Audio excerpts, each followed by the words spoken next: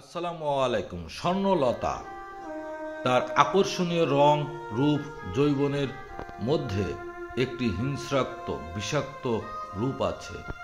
শুধু স্বর্ণলতাই নয়, এই পৃথিবীতে স্বর্ণলতার মতো অসংখ্য লতা, ফল মূল, পশু পাখি, প্রাণী, মানুষ সহ অনেক কিছুই আছে যাদের রূপ যৌবন দিয়ে প্রত্যেকটা মানুষের কাছে ডেকে সেই বিষাক্ত বিষ দিয়ে ধ্বংস করে দেন।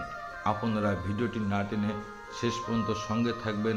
আমি আজ এই স্বর্ণলতার সঙ্গে কিছু দৃষ্টান্তমূলক উদাহরণ আপনাদের মাঝে তুলে ধরার চেষ্টা করব ইনশাআল্লাহ।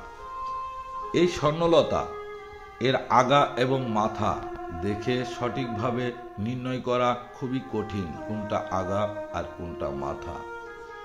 এর কালার সোনার মতো চকচক করে, তাই এর নাম স্বর্ণলতা। এই স্বর্ণলতা নিয়ে অনেক গান, কবিতা, অনেক কথা আছে এই পৃথিবীতে চলমান।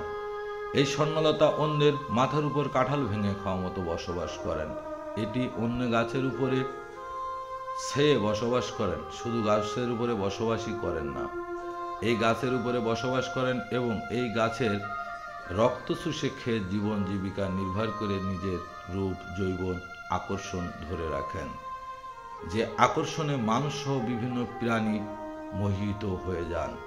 এই সমাজে যেমন বাঘ, ভাল্লুক, সাপ, অনেক কীট পতঙ্গ, বিভিন্ন ফল আছে যা দেখতে লোভনীয় ও আকর্ষণীয়, সেটা মানুষের জন্য বিশাল ক্ষতিকর। এই সমাজে এমন কিছু মানুষ আছে যাদের চলন বলন, পরিপাটি, কথাবার্তা সব কিছুর মধ্যে এত সুন্দর মায়াবী ও দৃষ্টি আকর্ষণ করেন যে আমার আপনার মতো সাধারণ মানুষ তাদের কাছে চোখের পলকেই আমরা যেন গলে যাই মোমের মতো।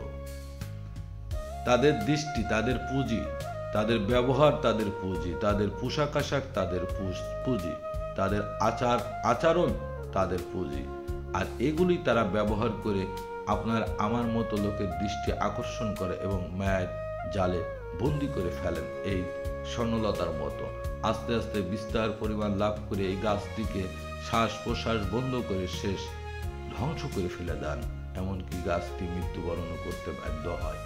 এই সমাজের ওই ধরনের মানুষগুলি তাদের রূপ যৌবন এবং আচরণ দিয়ে আপনার আমার খুব সহজেই গ্রাস করে ফেলেন, এমনভাবে গ্রাস করে ফেলেন শেষ আমাদের অনেকের মৃত্যুবরণও করতে হয়। তাই আসুন আমরা ওই ধরনের মানুষ, ফল ফুল, জানোয়ার থেকে যতটা সম্ভব দূরত্ব বজায় রেখে চলার চেষ্টা করি।